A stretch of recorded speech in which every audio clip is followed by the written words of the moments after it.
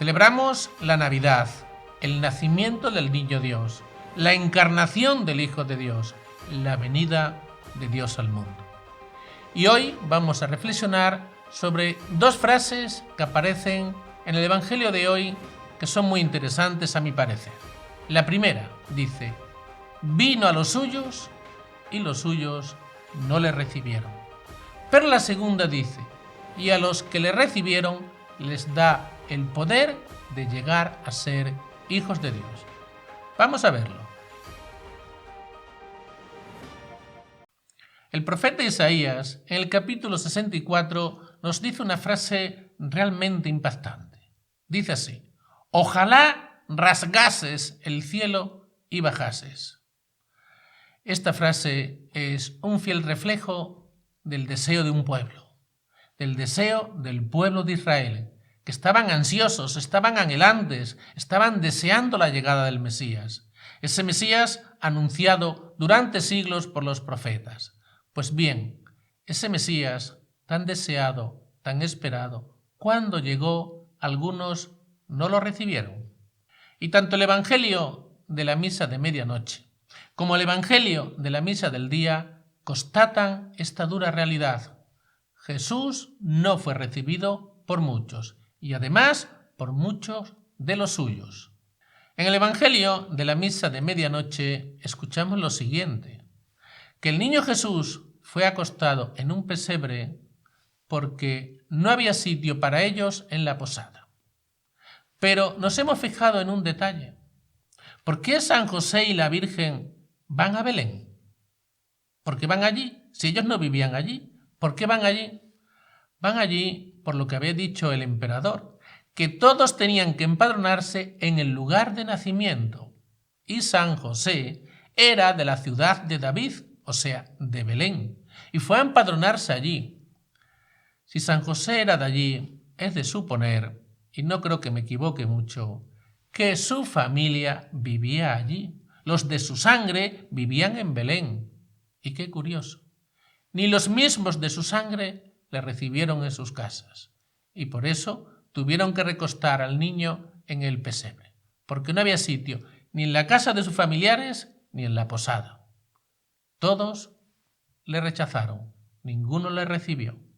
Y el Evangelio del mediodía dice con una claridad aplastante: vino a los suyos y los suyos no le recibieron. ¿Quiénes eran esos a los que el Evangelio llama los suyos? Pues los que pertenecían al pueblo de Israel, esos que en tantas ocasiones habían gritado: ven Señor Jesús, y cuando viene no son capaces de reconocerlo. Y ahora me dirijo a ti que me estás viendo a través de una pantalla. No creo que me equivoque si te digo que tú, el que me estás viendo a través de la pantalla, eres uno de los suyos. Si no fueras uno de los suyos, no estarías escuchando esta reflexión. Pero tanto tú como yo, que nos consideramos de los suyos, tenemos un peligro. Y el peligro que todos tenemos es el peligro de no recibirle, el peligro de no acogerle. Ese es un peligro que tenemos todos. Y yo, desde luego, no me excluyo. Y podemos preguntarnos: ¿por qué muchos no le recibieron? Si el Mesías era tan deseado, ¿por qué muchos no le recibieron? Si además era un niño indefenso, vulnerable, acostado en un pesebre, ¿por qué muchos no le reciben entonces? ¿Quién puede tener miedo de un niño? Pues creo que precisamente ahí está la razón. La razón por la cual muchos no le recibieron es porque no le esperaban así. No esperaban nunca que el Mesías viniese a este mundo acostado en un pesebre. No lo esperaban así. ¿Y no tenemos también nosotros ese peligro? ¿No nos puede pasar a nosotros exactamente lo mismo? ¿Que el Señor venga donde no le esperamos? El Señor puede venir en esa persona necesitada, puede venir en el pobre, puede venir en el que tiene un problema, puede venir en ese niño indefenso, puede venir en esa Eucaristía en la cual solamente hay personas mayores. En todos esos lugares y en tantos más puede venir el Señor. Y nosotros no somos capaces en muchas ocasiones de reconocerle ahí. Y por eso también tenemos el peligro de no recibirle. Todos nosotros tenemos el mismo peligro que Naamán el sirio. ¿Quién era Naamán el sirio? Era un general que vemos en el segundo libro de Reyes, en el capítulo 5. ¿Qué es lo que esperaba Naamán el sirio? ¿En qué se equivocó Naamán el sirio? Naamán el sirio se equivocó en algo que también nos puede pasar a nosotros. Que no pensamos que Dios puede actuar en lo sencillo, en las cosas sencillas de la vida. Naamán el sirio esperaba que Dios actuase de un modo deslumbrante, que Dios actuase a lo grande. Y ese no suele ser el modo de actuar de Dios. Vamos a ver este personaje brevemente de Naamán el sirio. Naamán el sirio tenía un grave problema. Padecía de la lepra. Pero a él le habían hablado muy bien de un profeta en Israel, que era el profeta Eliseo, que curaba la lepra. Así que fue con sus criados, con su caravana, a ver al profeta Eliseo para que le curase de la lepra. Cuando llegó donde vivía el profeta Eliseo no sale a recibirle.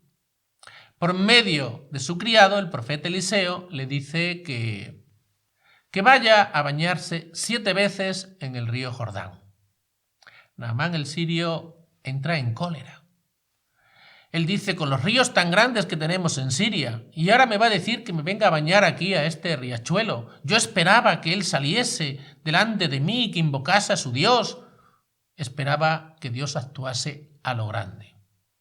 Entonces se enfadó y quería marcharse.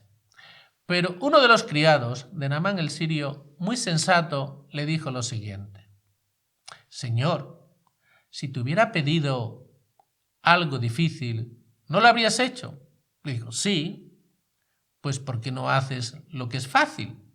¿Qué trabajo te cuesta, ya que estamos aquí, obedecer al profeta y bañarte 7 veces en el río Jordán? Estas palabras convencieron a Naamán el sirio. Se bañó 7 veces en el río Jordán, ¿y qué pasó? Se quedó limpio, se le fue la lepra.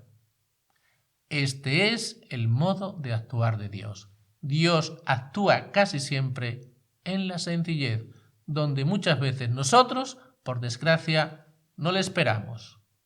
No nos equivoquemos nosotros como se equivocó Naamán el sirio y el pueblo de Israel. Dios actúa casi siempre en lo sencillo. Así que no nos equivoquemos. El mismo Evangelio de hoy nos da una señal. Nos dice, encontraréis a un niño envuelto en pañales, acostado en un pesebre. ¿Hay una imagen más sencilla que esta? ¿Un niño envuelto en pañales, acostado en un pesebre? Este es el modo de actuar de Dios. Pero no todo es negativo. Fijémonos en lo positivo. Sigue diciendo el Evangelio. A los que le recibieron, les dio el poder de llegar a ser hijos de Dios. ¿Hay algo más grande que esto para nosotros? ¿Hay algo más grande que poder ser hijos de Dios? ¿Hay algo más grande? Sin duda ninguna. No hay nada más grande. Y esto es lo grande y lo maravilloso. Este es el gran mensaje de la Navidad. Que recibir a este niño, nos hace hijos de Dios. Entramos a formar parte de su familia, de la familia de los hijos de Dios. Ya no solamente formamos parte de una familia según la carne y la sangre, sino que también formamos parte cuando recibimos al Señor, cuando le acogemos, cuando le aceptamos, entramos a formar parte de la familia de los hijos de Dios. Y gracias al bautismo podemos decir que tenemos genes divinos. Porque el Señor puede habitar en nosotros, porque en nosotros está, gracias al bautismo, habita en nosotros el Señor y tenemos la vida divina. Este es el gran mensaje que nos trae este niño, envuelto en pañales y acostado en un pesebre. Dejémonos sorprender por este niño. Dejémonos también sorprender por su modo de actuar. ¿Cuántas veces decimos nosotros en la vida, los caminos de Dios no son nuestros caminos? Y suele ser verdad.